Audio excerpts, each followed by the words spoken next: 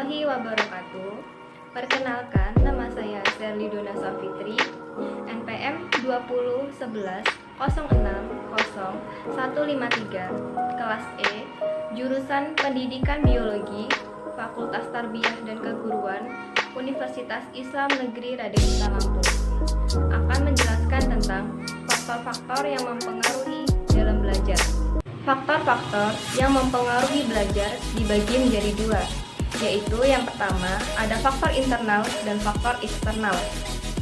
Faktor internal, apa sih faktor internal itu? Faktor internal adalah faktor yang ada dalam diri individu. Faktor internal dibagi menjadi tiga. Yang pertama ada faktor jasmani atau kesehatan.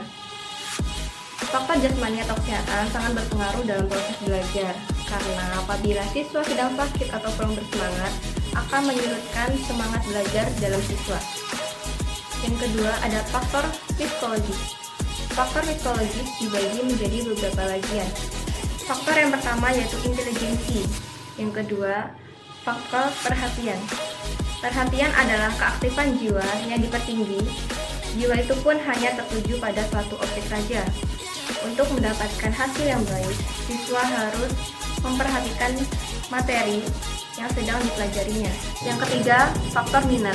Minat adalah kecenderungan yang tetap untuk memperhatikan dan mengenang beberapa kegiatan.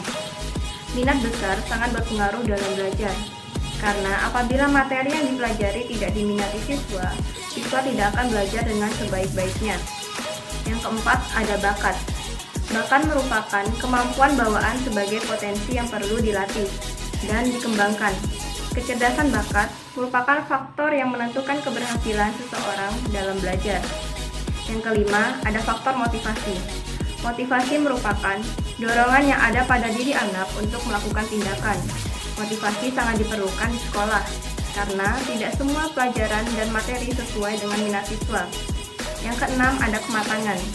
Kematangan adalah suatu tingkat atau fase dalam pertumbuhan seseorang yang alat-alat tubuhnya sudah siap untuk melaksanakan kecakapan baru. Contohnya, otak yang sudah siap untuk berpikir. Selanjutnya ada faktor kesiapan. Faktor kesiapan adalah kesediaan untuk memberikan respon atau berinteraksi.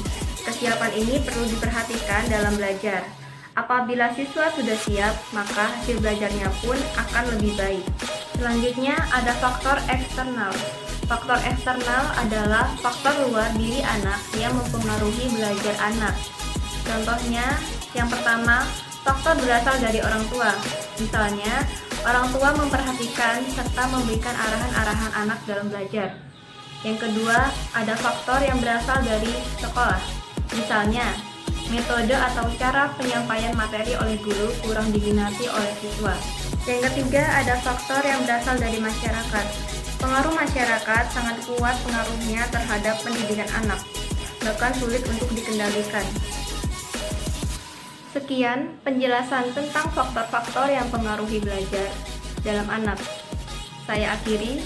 Wassalamualaikum warahmatullahi wabarakatuh.